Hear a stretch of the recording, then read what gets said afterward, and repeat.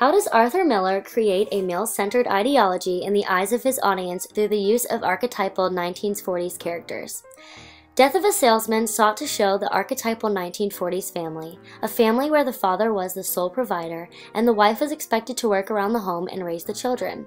Arthur Miller, in his Death of a Salesman, displayed the typical male-centered ideology by creating the archetypal married couple Linda and Willie Loman.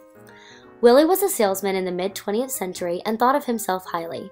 Men like Willie were more proud of the money they made and believed that no man needs a little salary.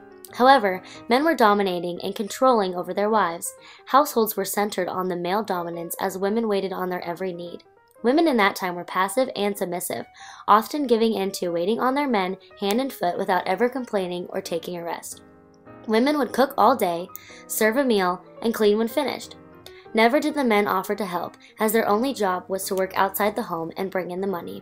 It was also the woman's job to clean the house, doing the dusting, vacuuming, and laundry day in and day out. The women took care of the children, and even then the young boys were expected to play football and to be outside, while the young girls were expected to stay clean and learn the ways of their mother.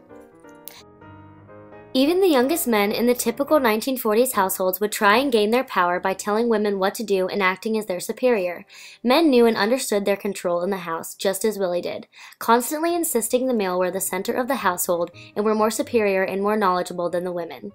The men in the 1940s also took advantage of their power by mistreating women behind their backs and making women like Linda feel vulnerable and men like Willie feel even more dominant. However, when the pressure subsides, women and their families are free, just as Linda, the typical housewife, felt after the death of her own dominating husband in Death of a Salesman.